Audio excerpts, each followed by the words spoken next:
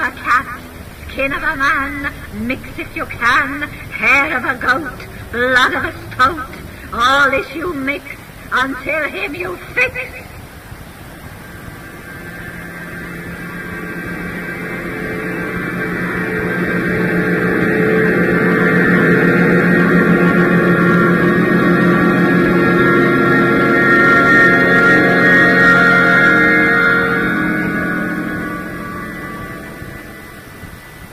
Hello. That was my voice, but not my words. For that spell came from a witch called Polly, who lived 300 years ago. Polly arrived and spoke through me when I was under hypnosis, and she spoke very much as you heard her just now. Later in the program, I'll present some of the weird spells of Polly. Also, I'll tell you more about the history of the craft, going back to the Dark Ages. But first, with my husband, Arnold Crowther, I try to answer some of the questions people tend to ask about the craft. Questions like this. Do you believe in black magic? No, neither would anyone else if they really thought about it and used their common sense. Isn't it true that you can injure people by sticking pins into a wax figure of them? Oh, this is sheer nonsense. No amount of pins stuck to a wax figure could harm anyone at a distance. All right. If black magic doesn't work, why should white magic?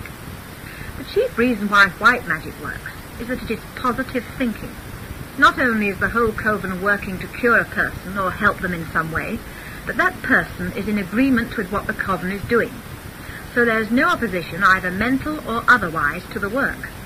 You must also understand that genuine witches always adhere to the law of the craft, which states perfect love and perfect trust and harm no one. In the Sheffield Coven we obtain 90% results from our magical work, but I have never heard of any act of so-called black magic being effective at all. But what about the witches who desecrate churchyards? Witches have had never any part in that. The modern examples are purely vandalism. But the old witches used to open graves and dig up bodies. Oh, nonsense. The witches never did this. It was the resurrection men who stole bodies from graveyards to sell to doctors for dissecting purposes. What about the man who calls himself the king of the witches? I suppose you're referring to Alex Saunders. Well, this man wrote to me many years ago, asking me if he could be initiated as a witch. I did not initiate him for various reasons, and to my knowledge he has never been admitted to a genuine coven at all. He uses rituals from Abra Merlin magic, the Key of Solomon, and the Rosicrucians, and these things have no connection whatsoever with the rites of the craft. There is no such title as a king of the witches, and never has been. Anyone who claims this is either a knave or a joker, and this sort of thing is not very encouraging to seekers after the genuine article. Each coven has always been a separate unit, and is ruled by its own high priestess as representative of the goddess on earth. But I'm here to tell you about the facts of witchcraft, not to talk about fantasy. So let's go back now to the very beginnings.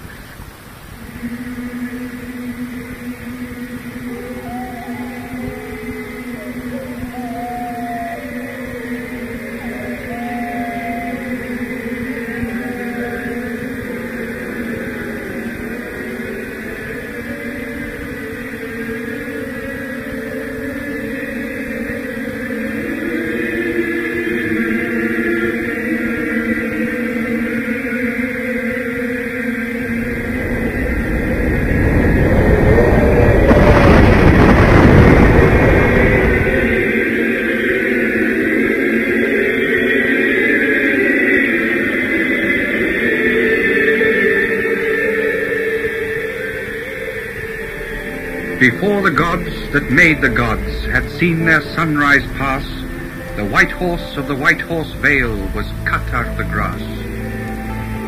Before the gods that made the gods had drunk at dawn their fill, the white horse of the White Horse Vale was hoary on the hill. Age beyond age on British land, eons on eons gone, was peace and war in western hills, and the white horse looked on.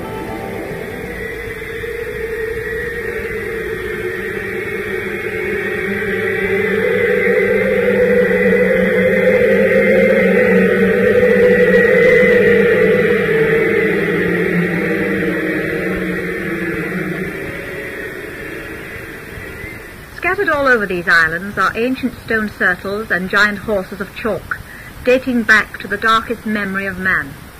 At Stonehenge, for instance, and at Avebury, the vast stone circles lying among the elm trees on the edge of the water meadows of the Kennet Valley. Among the relics dug up out of the ground at Avebury are holy stones, symbols of the Great Mother, for she was the first deity that man worshipped, the female principle of nature. There's the Effingham White Horse, leaping fluidly across the sweeping curves of the Downs. The White Horse of the White Horse Vale was a symbol of the goddess.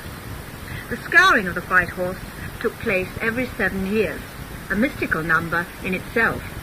During the scouring, an old ballad was sung.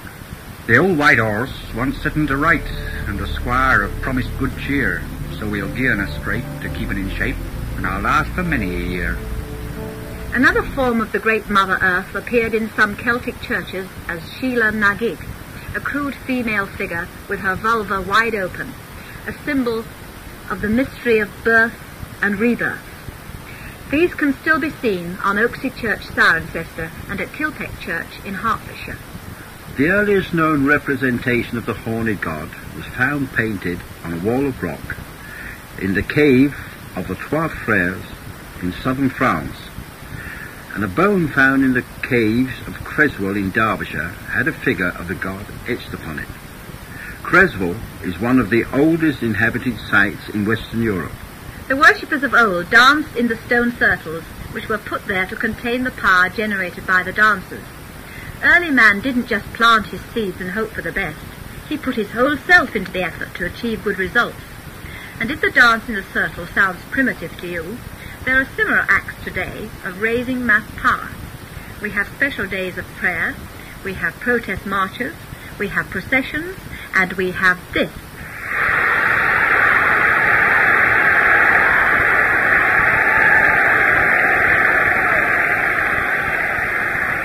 Football fans think they can cause their team to win by mass shouting. They add their own efforts to those of the players, not very far from the primitive dancing of the ancient people.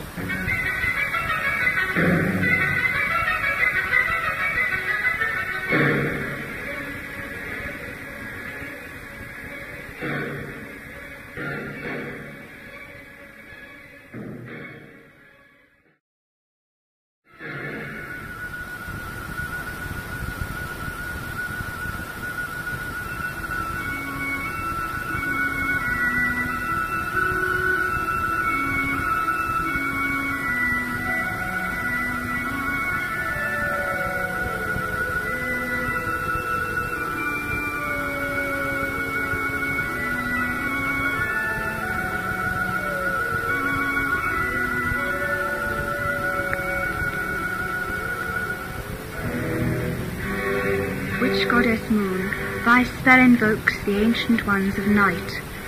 Once more the old stone altar smokes, the fire is glimmering bright. Scattered and few thy children be, yet gather we unknown to dance the old round merrily around the time-worn stone. To dance the old round merrily around the time-worn stone. In witchcraft we carry on the festivals of long ago. The old spring festival was a great social event. It was a flower festival. Houses were decorated with May blossom and cloaks of green leaves were made for the men. The solemn ceremony of the morning took place on the sacred mount, where there was an altar, a throne, and a circle of stones. People formed a half-circle round the throne, facing the rising sun, and the priestess, led by the Virgin Queen of May, entered into the centre. As the sun appeared on the horizon, a man representing the god appeared, naked except for a headdress of horns.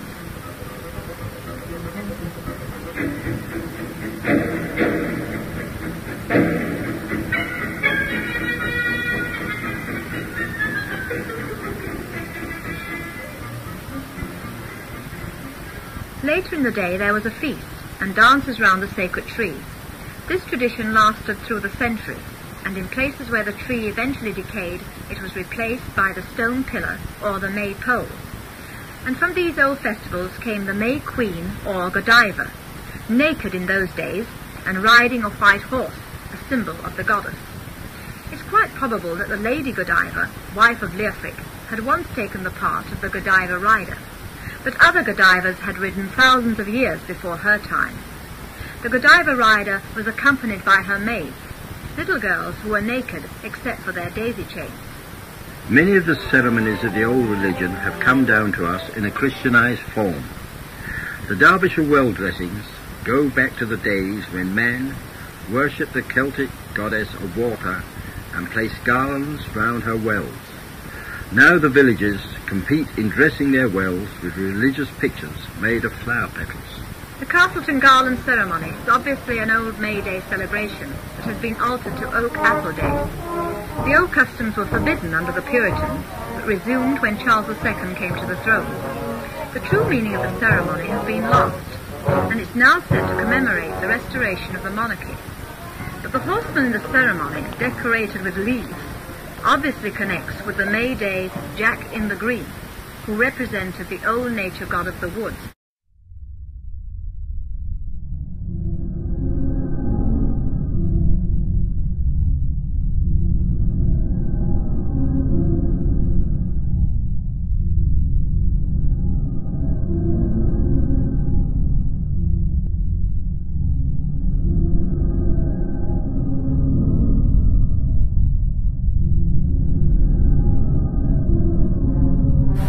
The lady who rides with him is the modern version of the Godiva rider, though her former naked maids are now schoolgirls in their best party dresses. Half-remembered traditions have been handed down to us in a Christianized form in festivals you'll find throughout the land. There's so much more to tell you about our folk heritage, but I want to tell you now about a witch, one who lived 300 years ago. Polly was able to speak through me when I was in a trance, and in another program I'll tell you about the other experiences I've had when I've been in a trance-like state. But when I've been used as an agent, I don't always know what's been said through me. So here's Arnold Crowther, who kept a record of what happened when Polly came. Through our interest in the occult, we met a hypnotist, Vic Durnley of Sheffield. He was interested in trying to take people back to previous lives by hypnosis. He asked Patricia to act as his guinea pig, and she consented, and we held sessions about twice a week. He found she was a very good subject, and he started taking her back through various dates in history. For many of these dates he got no results at all.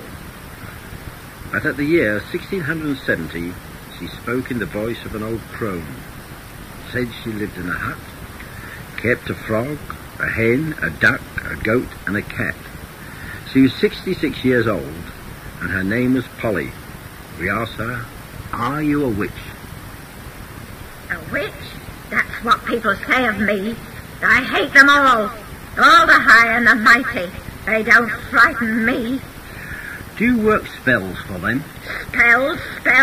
That's all they want. I spit on them. Makes me sick. Tell us some of these spells. And she did.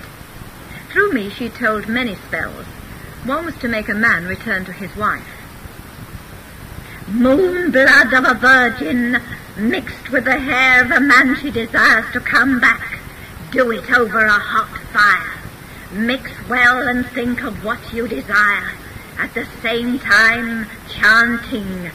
Get thee a man, get thee a maid, mix it up well, be not afraid. This you will get, this you will eat. Mix it with bread and mix it with meat. At that time, people were interested in getting a good harvest. So we asked her if she had a spell that would make the crops grow. Leap in the air, do it with prayer. The crop upon your breast, O goddess fair.